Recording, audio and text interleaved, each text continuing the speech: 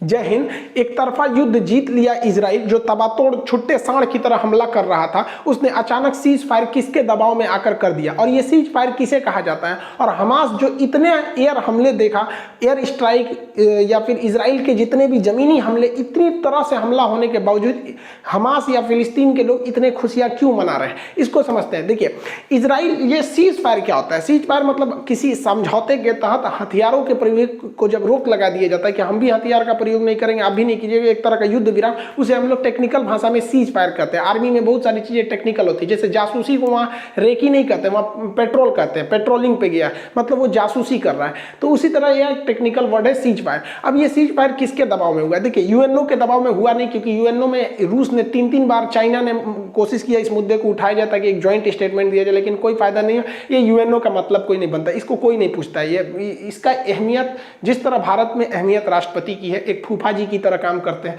उसी तरह पूरी दुनिया में एक अहमियत यूएनओ की तरह। एक्चुअली में उसके 5 वीटो पावर वाले ही इसे चलाते हैं। अब कुछ लोग का पाकिस्तान, देखिए, पाकिस्तान हमला कर ही नहीं सकता था, क्योंकि पाकिस्तान को पता था कि अगर ये हमला करने के लिए अपनी फौज को भेजते फिलिस्तीन को बचाने के लिए, तो भारत इधर कर देता उसको पीओके पर हमला करने के लिए, क्योंकि भैया हमको तो मौका मिल जाता। लेकिन ये लोग यूएनओ में, इनके विदेश मंत्री गए, थोड़ा सा भाषण दिए कि अमेरिका वगैरह हमेशा इजराइल का ही साथ देते हैं, हमें प्रोटेक्शन फोर्स बनाना चाहिए वगैरह वगैरह, दुनिया भर का इन्होंने अपनी बात बोला। और इनकी यहाँ तो रैली निकलने लगी थी। इनकी यहाँ पाकिस्तान के कुछ नेता कहते थे कि पाकिस्तान को अपने परमाणु बम को निकालना चाहिए, और एक साथ 2 निकालना चाहिए, एक तो मार दे इजराइल पर, एक तो मार दे भारत पे। अरे भाई साहब, हम लोग क्या किए थे? मतलब ये मारो तो हम लोग कौन अपना परमाणु बम का लिए रखे हैं, परमाणु बम मारे, इन सब को बातें नहीं करना, इन सब का अलग ही लेवल है। और सऊदी अरब वाले, इन लोग का मतलब कुछ खास डिप्लोमेटिक वो रहा नहीं था। हालांकि ये अलग बात था कि दुनिया के कई सारे देश जो थे इजराइल पे दबाव बना रहे थे। इजराइल पर सबसे ज़्यादा दबाव काम किया तो 2 देशों का। ये तैयबुल अर्दोगान इनिशिएटिव जरूर लिए थे तुर्की के, लेकिन इसमें काम किया एक जो बाइडेन ने खुद अपना एक डेलीगेशन भेज रखा था, जो इजराइल में रह के ही उन पर दबाव बना रहा था। क्योंकि अगर इजराइल जो बाइडेन की बात नहीं मानता, तो आपको ही पता है, देखिए, जो बाइडेन की जो पार्टी है, डेमोक्रेटिक पार्टी, ये एक तरह से कहिए तो अरब देशों के साथ इनके मतलब अरब ईरान समर्थित रहते हैं सब। और जो रिपब्लिकन पार्टी थी ट्रम्प की, वो खुलकर इजराइल के साथ रहती थी, तो इनकी पार्टी उतना इजराइल मतलब को उतना फेवर नहीं करती है। हालांकि जब नीतियां बनती हैं तो ऐसा नहीं है कि सरकार चेंज होने से पूरी तरह नीतियां चेंज हो जाती है। देखिए, इजराइल पर 2 ओर से हमला हो रहे थे। गाजा से कर रहा था हमास, और सीरिया से कर रहा था यहाँ पर इस्लामिक जिहाद नामक एक आतंकवादी संगठन। तो ये लोग इधर हमला कर रहे थे, तो सीरिया में रूस के बहुत सारे सैन्य अड्डा है, इसलिए रूस को लगा था कि भैया अगर ये इधर हमला करेगा तो इनके सैनिकों को जवाबी कार्रवाई में अगर ये बम मार के गिरा देते हैं वहां पे, तो युद्ध बड़ा हो सकता है। लेकिन सबसे ज्यादा दबाव बनाया तो मिस्र ने, क्योंकि मिस्र यानी इजिप्ट को पता था कि जितने लोग गाजा से भागेंगे वो इजिप्ट में ही भागेंगे। इवन यहाँ पर हॉस्पिटल वगैरह उनके लिए बनाया गया, रहने खाने का जगह दिया गया, इसलिए सबसे ज्यादा दबाव बनाया तो इजिप्ट ने बनाया। और इजिप्ट की बात, इजिप्ट एक्चुअली क्या है, यहाँ दोनों के बीच में, इजिप्ट और इजराइल के बीच में एक मित्रवत संबंध है, समझौता भी हो चुका है, तो कई दबाव काम किए। लेकिन सबसे ज्यादा अगर कोई दबाव बना रहा था तो इजिप्ट, क्योंकि उसको पता था कि इसी को झेलना पड़ेगा। 11 दिन तक चले इस हमले में 250 से ज्यादा फिलिस्तीन के लोग मारे गए हैं, 1400 से ज्यादा लोग घायल हो गए हैं। हालांकि इजराइल को कंपैरेटिवली बहुत कम क्षति पहुंची है, लेकिन वहां पे भी मासूमों की जान गई है, लगभग 12 लोगों की वहां पे भी जान गई है। लेकिन इस बीच इजराइल ने गाजा पट्टी में घुसकर हमास की तो धज्जी उड़ा दी है अपने एयर स्ट्राइक के द्वारा। हमास के आतंकवादियों की जो पनडुब्बी थी तो उसको इन्होंने ध्वस्त कर दिया। ये पनडुब्बी बहुत बड़ी नहीं थी, ये रिमोट से चलने वाली थी। साथ में इन्होंने ड्रोन भी बना रखा था, ये रिमोट से चलता है, इसलिए ड्रोन का कोई कैमरा नहीं, इसमें बम लगा दो, वहां जाके गिरेगा, ब्लास्ट कर जाएगा। पनडुब्बी उनके किसी जहाज वगैरह से टकरा दो, ब्लास्ट करेगा। एक्चुअली हमास का मेन टारगेट रहता है कि इजराइल को इकोनॉमिकल लॉस कैसे किया जाए, क्योंकि इसके 1 लाख के सामान को बर्बाद करने के लिए, काउंटर करने के लिए इजराइल को करोड़ों खर्च करने पड़ते हैं, यानी दोनों में लगभग 10 से 20 गुने का अंतर रहता है। इस बार के एयर स्ट्राइक में इजराइल ने चुन चुन के गाजा पट्टी में जितने भी हमास के सुरंग थे, ये लोग अंडरग्राउंड सुरंग में भाग जाते थे, छुप जाते थे, तो हमास के जितने भी सुरंग थे, जगह जगह ऐसा हल्का सा गड्ढा रहेगा, इसमें से अगर घुसेंगे तो पूरा अंदर से सुरंग बनाए रहते थे, तो पूरा सुरंग में घुस घुस के मार रहा है सब। और हमास को बहुत ज्यादा क्षति पहुंचाया इजराइल ने। इजराइल का मेन टारगेट था कि गाजा पट्टी पे वहां के इंफ्रास्ट्रक्चर और गाजा पट्टी के वहां पे जो एडमिनिस्ट्रेशन है, साथ ही साथ हमास को आज से 20 साल पीछे ढकेल देना। इसलिए उन्होंने बहुत तगड़ा झटका दिया। उनके जो पावर सप्लाई थे, बिजली सप्लाई वगैरह था, उसको उड़ा दिया इन लोगों ने। साथ ही उनका जो वाटर सप्लाई था उसको काट दिया। और यहाँ जो इजराइल इसराइल के जो टैंक्स थे, तोप थे, वो लगातार इंडस्ट्रियल एरिया में बड़ी बड़ी इंफ्रास्ट्रक्चर बिल्डिंग वगैरह को ढाते जा रहे थे लोग, और इतना ज्यादा तबाही मचा दिया कि इस टूटे हुए इंफ्रास्ट्रक्चर को दोबारा करने में इसे 20 साल से ज्यादा लग जाएंगे। इतना खतरनाक तबाही था कि गूगल इमेज पे भी देखेंगे तो वो इमेज क्लियर नहीं आ रही थी, ब्लर आ रही थी, जबकि हमले से पहले का इमेज एक्चुअली एकदम बढ़िया था। इसमें बहुत सारे मासूमों की भी जान गई। दोनों ओर से भाई युद्ध होगा तो ऐसा हो ही नहीं सकता कि दोनों ओर से जान नहीं जाएगी। इजराइल का कहना था कि हम पूरी तरह से चौपट कर देंगे गाजा पट्टी को, हमास को, तभी हम शांत होंगे, जबकि हमास ने कहा कि भैया हम अब सरेंडर कर रहे हैं, हमको बिच्छी का इलाज नहीं पता था और सांप के बिल में हाथ डाल दिए थे, इसलिए भैया हमको माफ करो। हम तुमसे दो ही शर्त रखते हैं कि जो शेख जर्रा है वहां पे लोग लगभग जो 200 फैमिली है फिलिस्तीनियों की, उन्हें आप जबरदस्ती ना निकालें, और जो अलग सा मस्जिद है इसमें आप सिक्योरिटी यानी सेना वगैरह को ना घुसाएं, हम इतनी बात मान लीजिए तो हम युद्ध विराम कर देते हैं। तो इसने भाई खुलेआम बोल दिया। ये जो छुट्टा साड़ हमारे नेतन्याहू भाई है,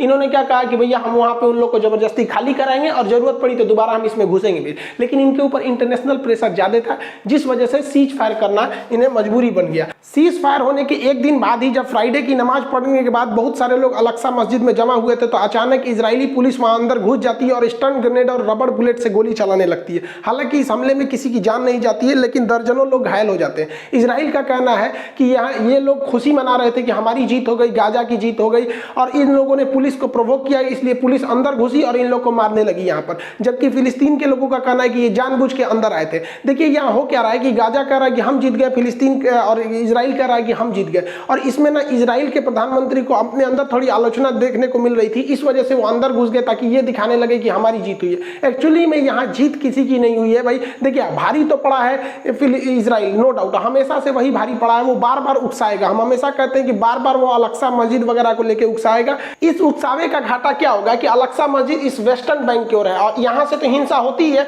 यहाँ भी हिंसा होगा, ताकि आने वाले वक्त में इजराइल इनको भी धो सके और इनको भी धो सके। यहाँ पर यूएनओ को करना चाहिए कि प्रॉपर वहां पर एक इंटेलिजेंस को इकट्ठा करे, वहां पर प्रॉपर सिक्योरिटी रखे, ताकि पता चले कि गलती किसकी है, वरना गलती किसी की भी रही दोनों ओर से जान जाती है, और इसमें मासूम लोग मरते हैं लोग दोनों ओर से। देखिए आर्मी और आतंकवादी इन लोग की लड़ाई तक में जहां तक सीमित होती है, बट यहाँ इतनी डेंस पॉपुलेशन है कि निहत्ते लोगों की भी जान चली जाती है। और इसके इतने होने के बावजूद ये लोग खुशी क्यों मना रहे हैं? इनका कहना, हमास का और फिलिस्तीन के लोगों का कहना है ये लोग घर से निकल गए, अपने टूटा फूटा जहां पे धज्जी उड़ा दिया था बम से ना, वहां पे ये लोग खुशी मना रहे हैं। रीजन समझिए क्या, हिटलर की एक पुरानी कहावत याद होगा कि किसी को इतना ना निचोड़ दो, इतना ना बर्बाद कर दो कि जिंदा रहने को ही वो अपना विकास और खुशनसीबी समझे। तो इजराइल ने भी यही किया, इतना ना कूचा है कि ये लोग जिंदा रहने पे ही खुशी मनाते कि चलो भैया हमला तो नहीं हो रहा है। क्यों? रीजन समझिए, इजराइल के यहूदियों को सबसे बुरी तरह से किसने कूचा था?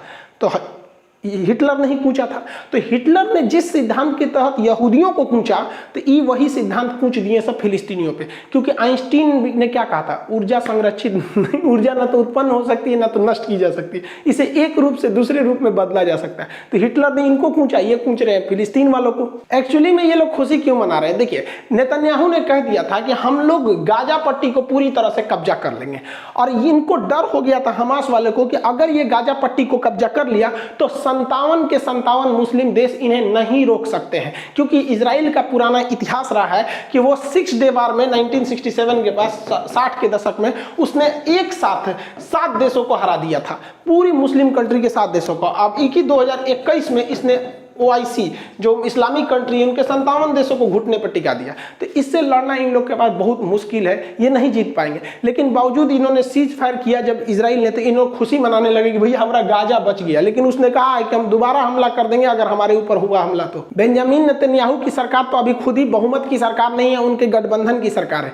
तो इस सीज फायर के फैसले के बाद इनके यहाँ राजनीतिक अस्थिरता देखी जा रही है। इनके गठबंधन के नेता कह रहे हैं कि आपने सीज फायर क्यों किया, हमास को पूरी तरह से क्यों नहीं दिया? क्योंकि आप हमेशा कहते थे कि हमारी सरकार आएगी तो हम हमास को उखाड़ फेंकेंगे। पिछले 10 साल से आपकी सरकार है और हमास इतने बड़े बड़े हमले करते जा रहा है, आपको सरकार से हटा देंगे। तो देखिए तत्कालीन इन्होंने जो नेतन्याहू पे है, पूरे इंटरनेशनल प्रेशर इतना ज्यादा था, इवन भारत जैसा देश में भी इजराइल के साथ में नहीं था। आप यूएनओ में भी देखे होंगे, हमारा स्पष्ट संदेश था कि हम 2 देश चाहते हैं कि इजराइल और फिलिस्तीन दोनों, और हम फिलिस्तीन के साथ खड़े हैं। India's strong support to the just Palestinian cause.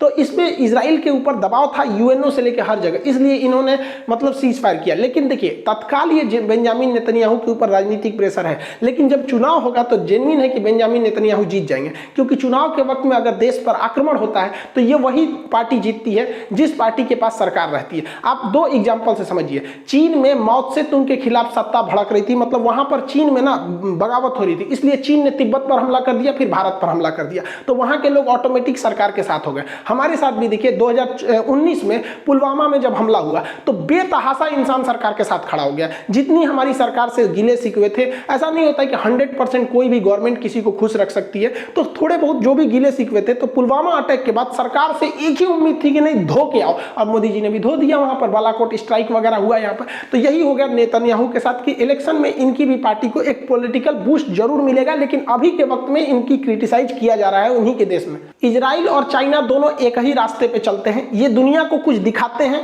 दुनिया उसे देखती है, लेकिन पर्दे के पीछे ये लोग कुछ और कर रहे होते हैं। आप ध्यान से समझिए, इन दोनों का चाल आपको बताते हैं। 1948 में फिलिस्तीन पर पूरी तरह से धावा बोल दिया इजराइल ने और पूरी तरह से अपना क्षेत्रफल विस्तार करना चालू किया। सेम उसी तरह चाइना ने तिब्बत को 1959 में कब्जा कर लिया। यहाँ पर दोनों साथ साथ देखते चलिएगा। फिलिस्तीन के बाद ये अगला नंबर किया गोलान की पहाड़ियों पर। गोलान जो सीरिया में है, इन पहाड़ियों को कब्जा कर लिया क्योंकि सेना की दृष्टि से वो जगह बहुत ही जबरदस्त था। उसी तरह चाइना ने ही क्या किया, तिब्बत पर कब्जा करने के बाद अक्साई चीन पर कब्जा कर लिया, क्योंकि अक्साई चीन जो है लद्दाख के ऊपर का एरिया है, ये ऊंचा है और स्ट्रेटेजिक सेना के रूप से महत्व है। दोनों सेम काम कर रहे हैं, आप देखते चलिए यहाँ पे।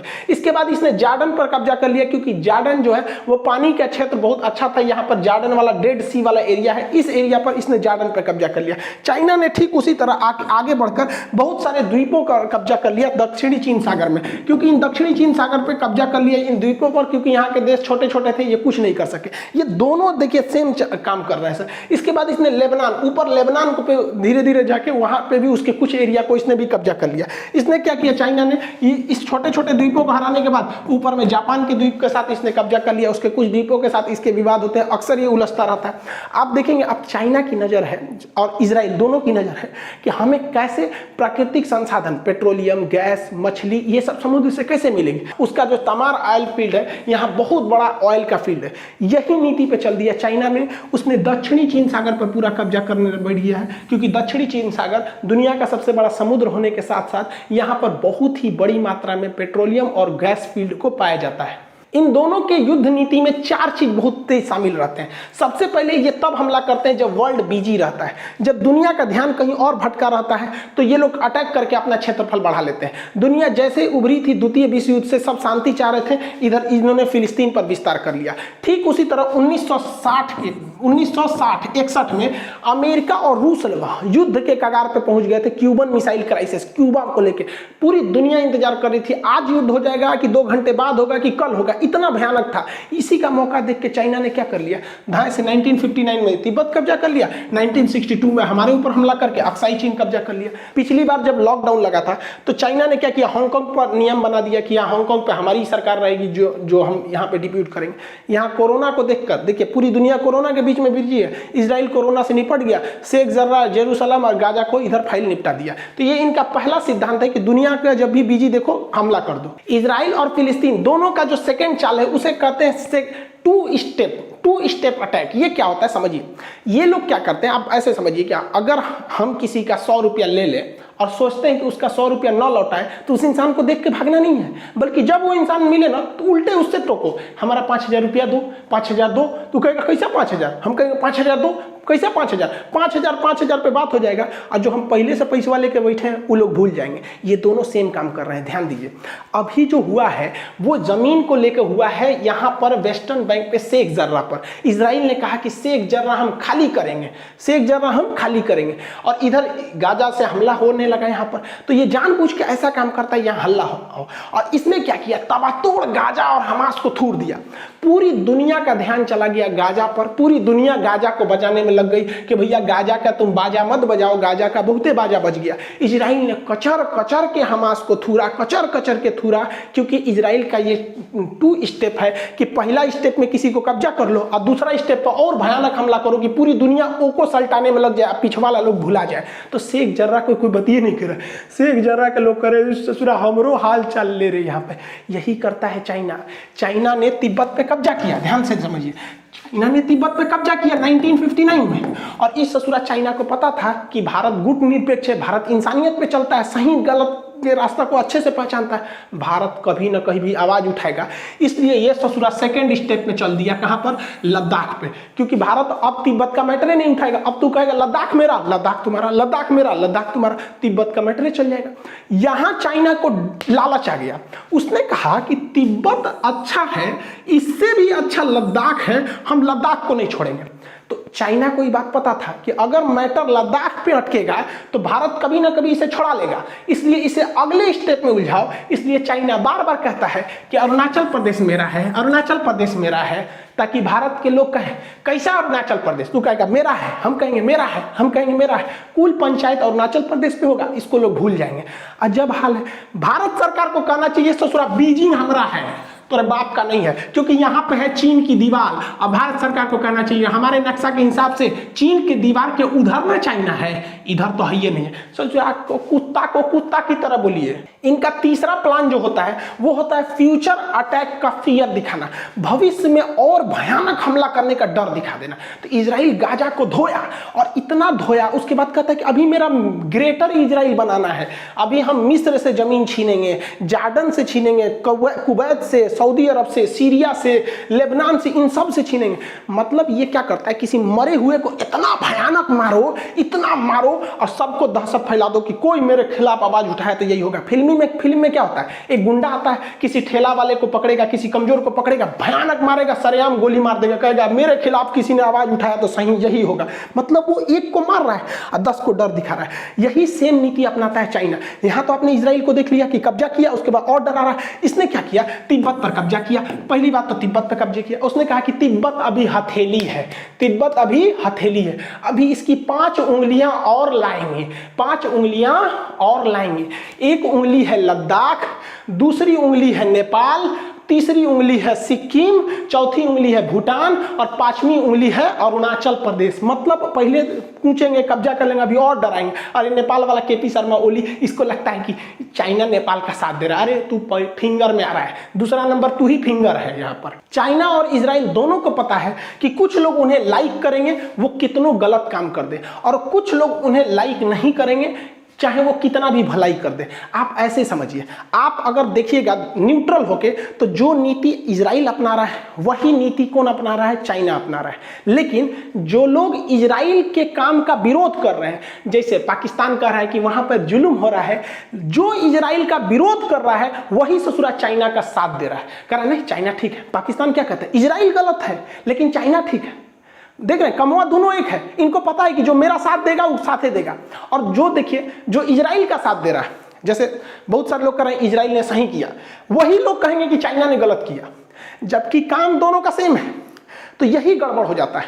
अमेरिका कहता है कि इजराइल को अपनी रक्षा करने का अधिकार इसलिए धो दो, और वही अमेरिका कहता है कि चाइना जापान पर हमला मत करो क्योंकि मेरा साथी है। तो इन्हें पता है कि दुनिया एक गुट में बन चुकी है, और रियलिटी है कि जियोपॉलिटिक्स में यानी इंटरनेशनल रिलेशन में यहाँ केवल और केवल हमारा फायदा, हमारा बिजनेस सही होना चाहिए। भाड़ में गया इंसानियत। क्या कोई मुस्लिम कंट्री कहेगा कि यहाँ पर अजरबैजान ने आर्मेनिया पर जुल्म करके नागोर्नो कराबाख को घर में घुस घुस के मारा है? क्या अभी भी अजरबैजान आर्मेनिया पर हमला करते जा रहा है? क्या कोई कहेगा? नहीं, क्योंकि यहाँ मुस्लिम देश है यहाँ पे, और वहाँ पे अगर इजराइल मार रहा है तो गलत है, अजरबैजान मारा तो ठीक है यहाँ पर। और अजरबैजान को बचाने कौन आया? देखिए इजराइल जो है, ये अजरबैजान है, इसको तुर्की ने हथियार दिया, और इसी अजरबैजान को इजराइल ने भी हथियार दिया यहाँ पर, और ये कोई नहीं बचा पाया इस आर्मेनिया को। इसलिए यह दिखाता है कि इस दुनिया में अगर आपको रहना है तो खुद शक्तिशाली बन के रहिए, वरना लोग कूच देंगे। इजराइल ने इसी सिद्धांत को समझा, उसने कहा भाड़ में में गया, इंटरनेशनल रिलेशन में कहीं कोई सही गलत नहीं होता है, हमारा फायदा है इसलिए खुद को शक्तिशाली बनो।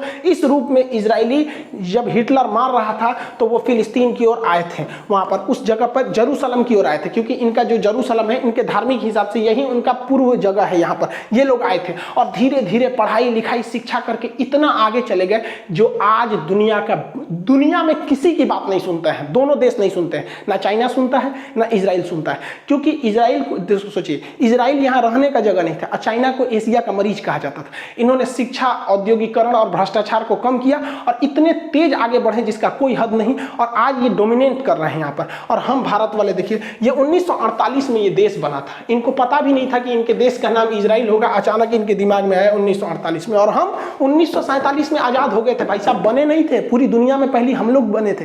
पूरी दुनिया की सबसे बेहतरीन औद्योगिक और नगरीय सभ्यता हमारी सिंधु सभ्यता थी, हमसे पुरानी मेसोपोटामिया थी लेकिन वो देहाती सभ्यता थी, ग्रामीण थी, और हम लोग सबसे शहरी सभ्यता थी। और आज 1947 से लेकर 2021 तक में आज देखिए ना, हम लोग, हमारा जियोपॉलिटिक्स, हमारे रिलेशन डिपेंड करते हैं कि हमें कौन चीज घटल है। हम रूस से दुश्मनी नहीं ले सकते हैं क्यों, हमें हथियार कौन देगा। हम अमेरिका से दुश्मनी नहीं ले सकते हैं, अपाची हेलीकॉप्टर कौन देगा। हम फ्रांस को खुश रखना चाहते हैं क्योंकि राफेल कौन देगा। हमारे देश में देखिए क्या सेंटीमेंट बन रहा है। 1861 में लॉर्ड मैकाले ने हमारी शिक्षा व्यवस्था को इस कदर बर्बाद किया कि हम लोग को इस तरह से ढाला कि हम वो देख ही नहीं सकते हैं जो हमारे सामने छुपाया जाता है। बस वही चीज देखा, हम लोग खुश होते हैं, राफेल आया, राफेल आया। अरे आपने सोचा हमारे 47 में आजादी के बाद जो देश बना वो कितना आगे निकल गया। हमें रडार खरीदना है तो इजराइल से, हम लोग अपनी रक्षा जरूरतों को दूसरे देश पर डिपेंड होता है। लेकिन हम और आपके अपने आप से सवाल पूछ सकते हैं कि आज के वक्त में भी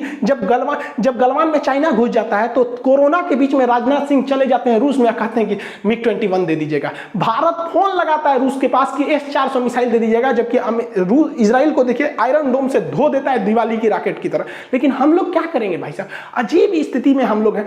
मतलब इजराइल को देखिए हर चीज में डिपेंडेंट है, उसके हथियार, उसके यहाँ पर एयर डिफेंस सिस्टम, उसका टैंक, हेलीकॉप्टर, कमांडो, हर चीज एकदम खतरनाक है। और हम लोग अभी भी मतलब क्या डिपेंडेंट है।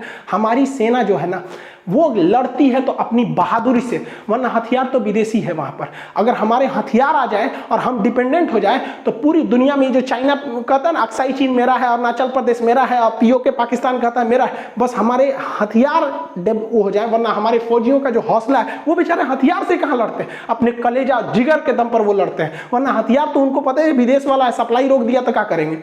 आज हर मायने में इजराइल डेवलप हो गया, चाहे वो एनर्जी सेक्टर में हो या फिर वो किसी भी एग्रीकल्चर में हो, इंटरनेशनल रिलेशन में, कोई उस पर दबाव काम नहीं कर रहा है। और हम लोग के ऊपर आज भी विदेशी लोग का दबाव रहता है क्योंकि हमें डिपेंड ही नहीं है। चाइना से इतना हमला हुआ लेकिन हम चाइना से सामान नहीं रोक पाए। हमारे यहाँ एक ही चीज में डिपेंडेंसी है, नेतागिरी में। कोई नेता विदेश से नहीं जाता है सलाह लेने, हमको चुनाव जीतने में मदद कीजिए। ये लोग आत्मनिर्भर है, यही इसी में तो डेवलपमेंट हुआ है। सोच रहे यहाँ पर कभी सोचे कि हम लोगों ने चुनाव कराने के लिए बैलेट अमेरिका से मंगाए हैं, पर्चा मंगाए हैं जापान से, ये सब यहीं पे बनेगा, पर्चा साटने के लिए, झंडा लड़ाने के लिए, ऐसे ऐसे ये सब टेक्निक। और इजराइल डेवलप होता गया।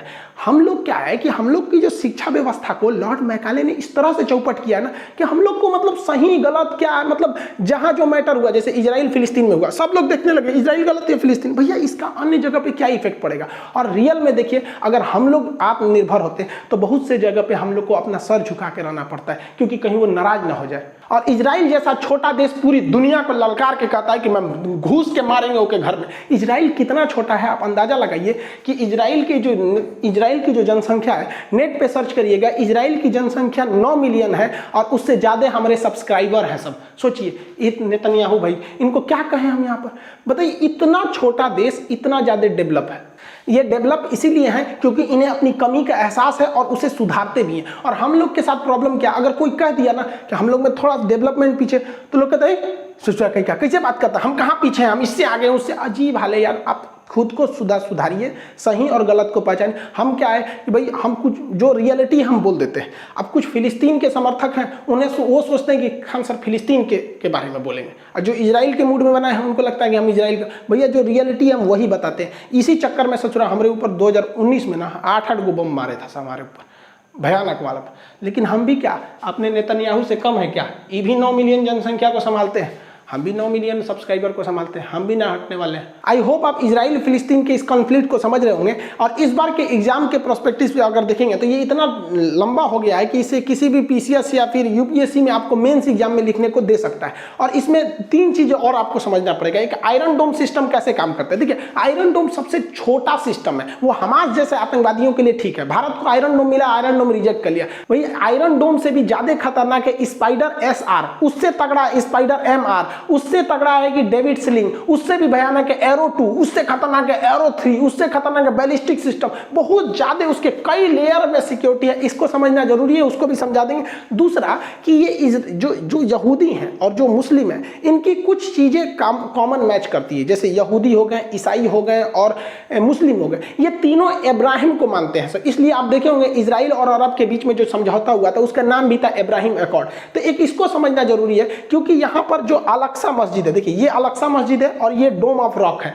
अब ये जो कहते हैं ये वेस्टर्न वॉल है, इजराइल कहता है कि भैया हम यहां पर, ये मेरी मंदिर थी, मतलब इनका जो सोलोमन टेम्पल था। तो सोलोमन को इजराइल वाले भी कहते हैं और मुसलमान भी कहते हैं कि सुलेमान। तो मुसलमान उन्हें सुलेमान अलैहिस्सलाम कहते हैं, ये उन्हें कहते हैं सोलोमन टेम्पल कहते हैं। अब इनमें काफी विवाद है। तो अल-अक्सा के बारे में पढ़ेंगे कि भैया ये क्यों इतना फेमस हो गया। आयरन डोम के बारे में और थोड़ा इनके पुराने एंसेस्टर्स के बारे में हम लोग समझेंगे। आई होप आप इसे समझे होंगे। मिलेंगे नेक्स्ट क्लास में। जय हिंद।